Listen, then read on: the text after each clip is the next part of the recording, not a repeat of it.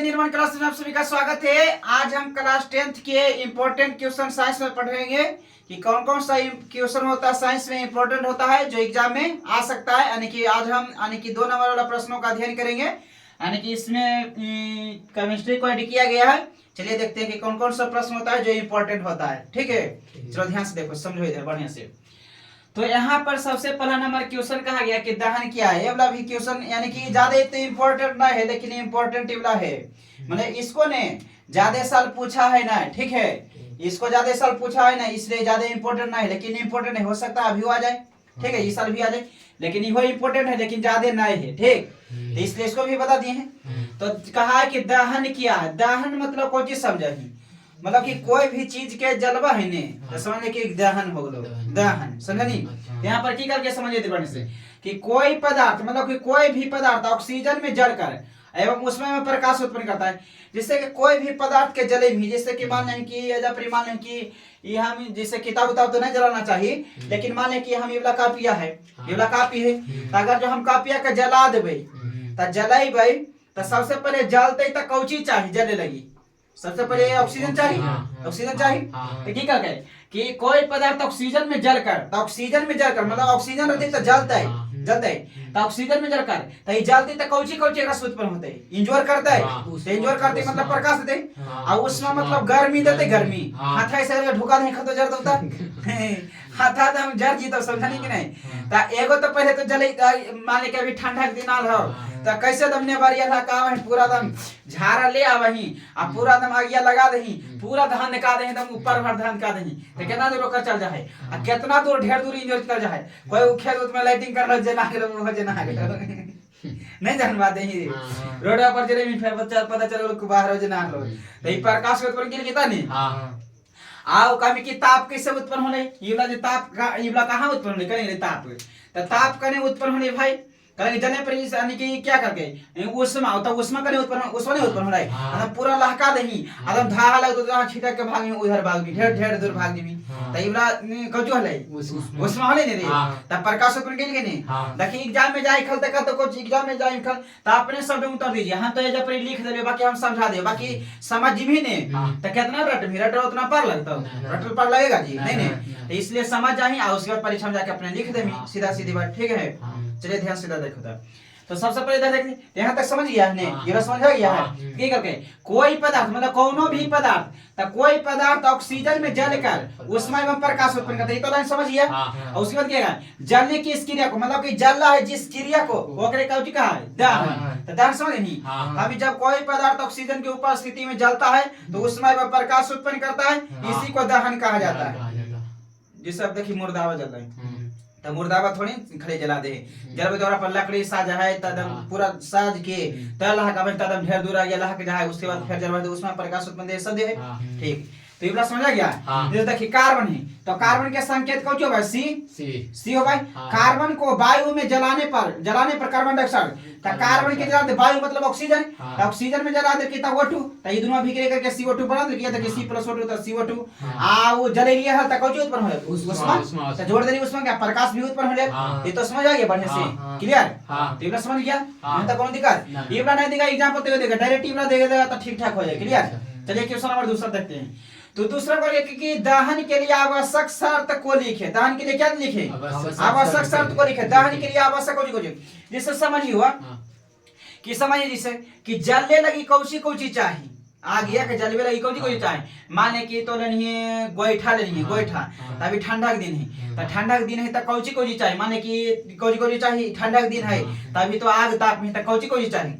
सबसे पहले नंबर की जलने वाला चीज रहना चाहिए तो लकड़ी जलावे तो सबसे पहले नंबर लकड़ी रहना चाहिए, लकड़ी की चल्ली उल्ली रहना चाहिए तो लकड़ी रहना चाहिए। दूसरा नंबर हवा रहबे नहीं करता तो सलैया वाला बाढ़ नहीं कटिए तो हवा रहबे नहीं करता जलता। जिससे माने कि जैसे कि एगो देखिए तो तोरा बात बतावे देखी एगो माने कि मोमबत्ती रहता, ठीक एगो मोमबत्ती रहेगा नहीं, आई मोमबत्ती को तुम जानता है की करना, मोमबत्ती का लहका के, मोमबत्ती का लहका के इसको लहका देना, घर में जाना था एगो गिलास रहेगा, इतना बड़ा रहना चाहिए गिलास बड़का गो, आ की करना एक जाके गिलसा से देना, ढक देना गिलसा शिवला, ठीक, गिलसा से ढक देना, आ एक नहीं से टकरा के बुत जीते, टकरा के बुत नहीं बड़का बड़का वाला निकल गिलसा ऐसे झाप दे खल, देख में झाप ही तो देख में मोमबत्ती फिर बुत जीतो, जाके करके देखी खले मोमबत्ती जला के एगो गिलसा नहीं खले, अब बढ़िया से झक नहीं करी कि नहीं गिलसा जरी गेला मी तो का टकरा के बुत जीते, तो ऐसे तो बुत पे कर दो बाड़ा नहीं खल गिलसा कि यहां इतना दूर देखी बुत जीतो,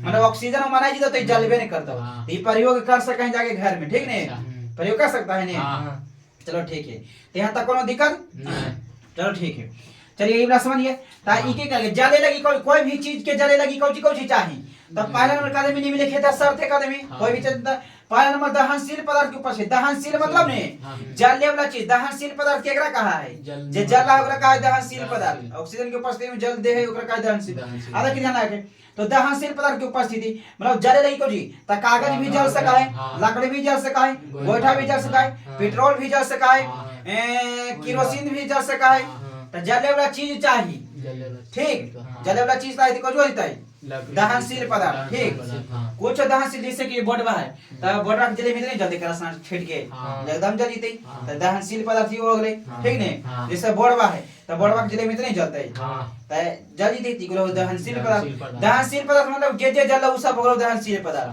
ठीक, अब कोई ज्यादा दहनशील होबे कोई कम दहनशील होबे, अब जैसे को मान ले कि पेट्रोल बा देबी, एगो पेट्रोल वाला लहके में, एगो मान ले कि लकड़िया लहके में, कौन जल्दी लहते पेट्रोल बा, तो पेट्रोल ज्यादा दहनशील है, लकड़िया कम दहनशील है,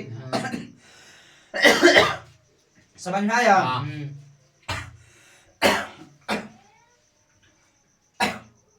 है तक कोनो दिक्कत, ठीक, दूसरा नंबर दहन के पोषक पदार्थ के ऊपर निकले फंसावे लगे वैसे के जरा, ये तो ऐसी पॉइंट है, दहन के पोषक पदार्थ के ऊपर से मतलब सीधा सीधी कदम में ऑक्सीजन के ऊपर से, ठीक, दूसरा नंबर पॉइंट बोलेगा पहला नंबर का भी दहनशील पदार्थ की उपस्थिति, दूसरा नंबर क्या देगा ऑक्सीजन की उपस्थिति, और तीसरा में ज्वलन ताप की प्राप्ति, मतलब जे तो चाही ज्वलन ताप की प्राप्ति, मतलब जलता ज्वाला तो ताप नहीं होगा, तो ज्वलन ताप हो गया, तो ज्वलन ताप की प्राप्ति, यहाँ तक कोनो दिक्कत, तो ये वाला इस बना दिक्कत रहेगा, समझिए बढ़िया से, ऐसे याद रखने वाला परीक्षा तक जाके लिख देना है बढ़िया, ठीक, समझ आया, एक इंपॉर्टेंट क्वेश्चन है, ये इस पूछेगा चाहे नहीं पूछेगा उतना इंपॉर्टेंट नहीं, लेकिन देखो भी आई है, लेकिन फिर भी अब देखो ज्वलन ताप क्या, समझो ज्वलन ताप क्या है, ये जानकारी के लिए, तो जिस न्यूनतम ताप पर कोई पदार्थ जलना प्रारंभ करता है, ध्यान सुनो कि ज्वलन ताप क्या समझना बढ़िया से, कहेगा जिस न्यूनतम ताप पर कोई पदार्थ जलना प्रारंभ करता है उस ताप का उस पदार्थ का ज्वलन ताप कहा जाता है, समझा, नहीं समझे तो समझ दे बढ़िया से, जैसे देखिए हो ज्वलन ताप के मतलब क्या है, जैसे जिस न्यूनतम ताप पर, जैसे कि मान ले कि एकागो लकड़ी देखी, मान के एकागो लकड़ी रहा है, लकड़ी रहा है नहीं, तो लकड़ी रहा एगो तो कच्चा लकड़ी, एगो माने के सूखा लकड़ी रहते, तो कौन लकड़ी जल्दी रही, सूखा लकड़ी, कौन लकड़ी है, तो सूखा लकड़ी है, कौन लकड़ी है, कच्चा लकड़ी है, तो ये वाला बता है कौन जल्दी लहकते, सूखा का लकड़ी, कैसे सूखा का लहकते, का कि एक ज्वलन मतलब कि ज्यादा ज्वलनशील है, आई कम ज्वलनशील है, मतलब जो जल्दी जल जीता वो ज्यादा ज्वलनशील है, जो देर जलता वो कम ज्वलनशील, ठीक, जिस न्यूनतम ताप पर, तो माने क्या कोई जिस न्यूनतम ताप पर कम से कम ताप पर, कम से कम ताप पर, तो जिस न्यूनतम ताप पर मतलब जिस न्यूनतम ताप पर कोई पदार्थ जलना प्रारंभ करता है उस ताप को उस पदार्थ का क्या कहा जाता है, ज्वलन ताप कहा जाता है, तो ज्वलन ताप क्या है फिर से एक बार सुनो कि जिस न्यूनतम ताप पर कोई पदार्थ जलना प्रारंभ करता है उस ताप को उस पदार्थ का ज्वलन ताप कहा जाता है, क्लियर, ठीक, इसको याद कर लेना, कल सुनेंगे, ठीक है नहीं, आई वाला भी देखो ये तो इम्पोर्टेंट है, काहे कि इससे ऑब्जेक्टिव भी पूछ सकता है, सब्जेक्टिव भी पूछ सकता है, ऑब्जेक्टिव कौन पूछेगा जो देखो ध्यान आगे, सबसे पहले कहेगा कि द्रवीभूत पेट्रोलियम गैस क्या है, द्रवीभूत पेट्रोलियम गैस क्या है, एक शॉर्ट में कहा है एलपीजी, कौन कहा है एलपीजी, द्रवीभूत पेट्रोलियम गैस कहा है एलपीजी, सबसे पहले कहता नंबर की एलपीजी के पूरा नाम क्या है, तो कहते हैं liquefied petroleum gas, liquefied petroleum gas, LPG का क्वेश्चन पूछ लिए हो परीक्षा में, ठीक, एकरा का द्रवीभूत पेट्रोलियम एकरा कहा है जाने को चीज, एकरा कहा है प्राकृतिक गैस का है, कौन गैस का है, प्राकृतिक गैस, एकरा कहा है कौन गैस का है, प्राकृतिक गैस, और प्राकृतिक गैस का है। और सीएनजी के कौन का है? सीएनजी के कम प्रोसेस्ड नेचुरल गैस नहीं, ओकरा का है नेचुरल गैस ओकरा। एकरा कौन गैस का है? द्रवीभूत पेट्रोलियम गैस है नहीं, एकरा हिंदी में कौन का है यार? चलो ठीक है तो बता दा।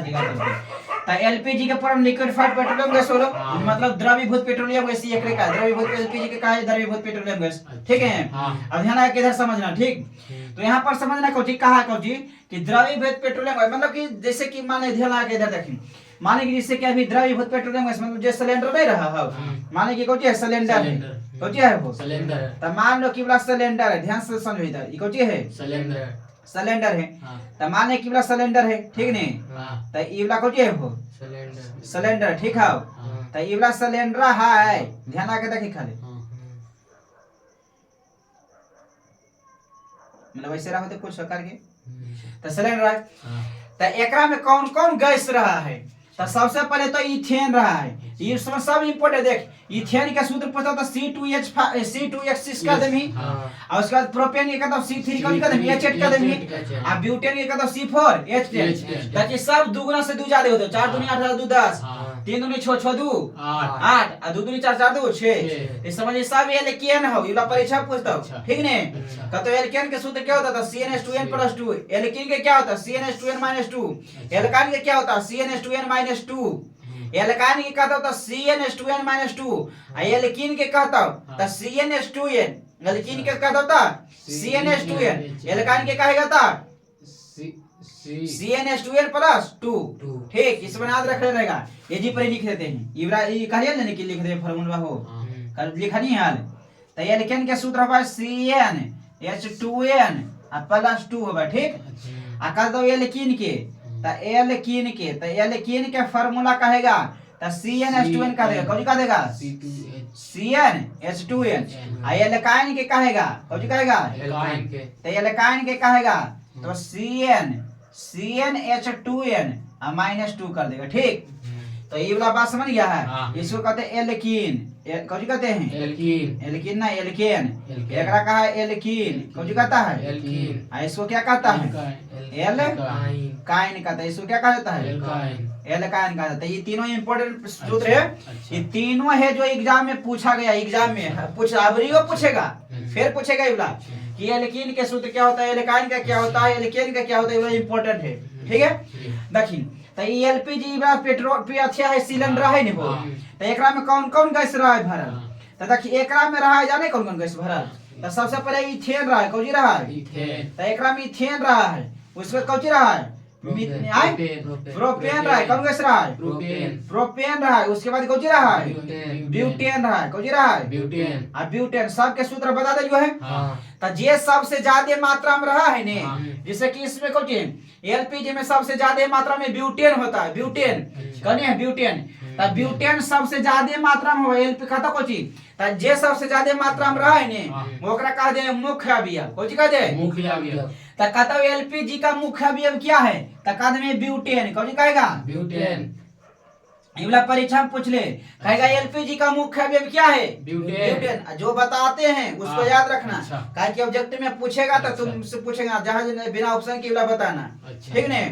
कहेगा एलपीजी का मुख्य अवयव क्या है ब्यूटेन। ब्यूटेन ब्यूटेन का है काहे कि ज्यादा मात्रा में एलपीजी में सबसे ज्यादा मात्रा में कौन रहा है ब्यूटेन। ब्यूटेन रहा है एलपीजी में सबसे ज्यादा मात्रा में क्या रहता है ब्यूटेन। ब्यूटेन इसलिए ओकरा कह दे है मुख्य अवयव। ठीक, एकरा तीनों मिलल रहा है, एकरा प्रोपेन भी रहा है, ब्यूटेन भी रहा है, इथेन भी रहा है, तीनों रहा है मिलल रहा है एकरा में। अब तीनों मिलल रहा है तो ये कुल जा रहा है। ठीक, लेकिन एकरा में एक गैस और मिला दे है, ओकरा कहा इथाइल मरकैप्टन, कौन कहा है इथाइल। एकरा मिला दे इथाइल मरकैप्टन, ओकरा कहा कौन कहा है इथाइल कैप्टन। ठीक, इथाइल मरकैप्टन होगा नहीं, एक सूत्र होगा C2H5SCl, देखिए जा लिख दलियो C2H5SCl।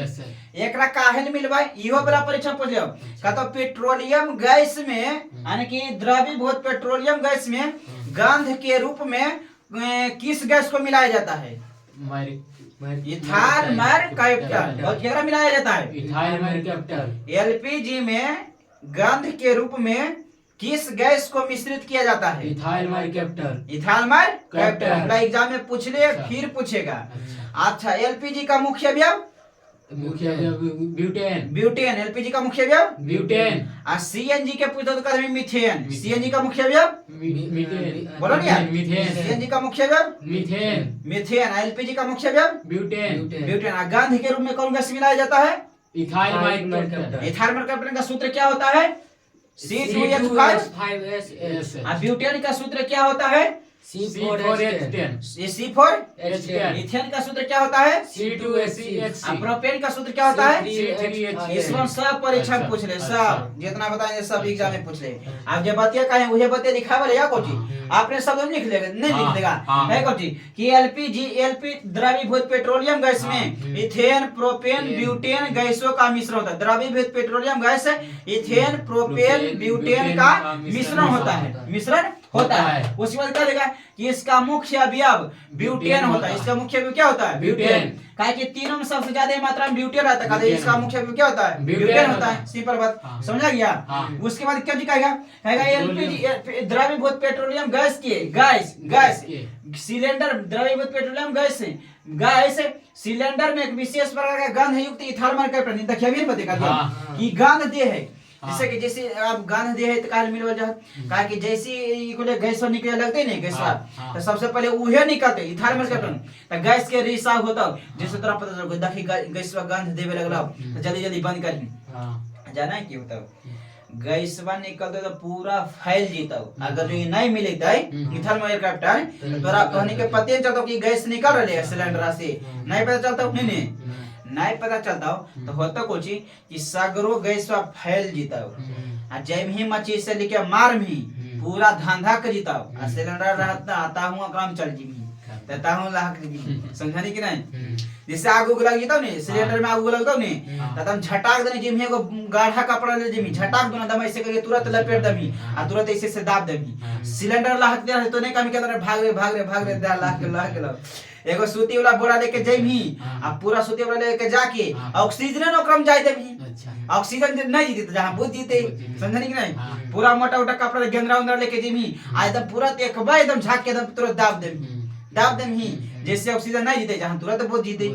आ पता चलो कोची के लहा के लोग धाड़ धाड़ धाड़ गिरते बजाते भाग रहलो आ ताहू क्रम शामिल हो गेनी दूर तो थोड़ी ना थी होते जब ही तो पहले लोहा वाला लहाकते ऊपर ये वाला लहाकते ध्यान नहीं करके उसके बाद ढेर देर के बाद अच्छी लगता अंदर वाला। ठीक समझा गया? तो ये बात समझ आ गया है ने तो ये कोई लैंग्वेज याद कर लेगा ने। गैस का रिश्ता देखिए ठीक है एक बार पढ़ते हैं। गंध में इथाइल माइक्रोप्टेन का कुछ मात्रा मिला दी जाती है ताकि सिलेंडर में गैस का रिसाव कहीं से हो तो तुरंत काजू सोचते कैसे अब लिख रहे थे पेन दिया लिख रहे थे गैस निकलती इथाइल माइक्रोप्टेन पता चल जीते ऐ कहा कि गमकते निकलते जैसे ही गैस निकलते जिससे गम के लगता गम के लगता जिससे तो पता चल जीता इथाइल माइक्रोप्टेन निकल रहे हैं नहीं जान में लेकिन तो जान में कि गंध दे लो मतलब गैस लगा निकल रहे देखो गैस निकल रहे तो पता चल जीता जहां तुरंत जाके उधर काश्मी उसमें चाहे लेके अथी कर में अलग घर में पता चलो कि नहीं पता चलो कुछ नहीं थाल में नहीं मिल को इन सगरो फाइल माचिस मार नहीं तो खंडवा फिर सगरो घर लगी तो पूरा आ गया जितना दूर में गैसा फैल तो सगरो लग गई तो आ नहीं विश्वास खोल के एक दिन कर ही कर लहर तो घर दम कर धरक तो ठीक। चलो ठीक है आज के लिए इतना ही देते हैं बाकी अपना सूत्र को नोट डाउन कर लो। ठीक थैंक यू।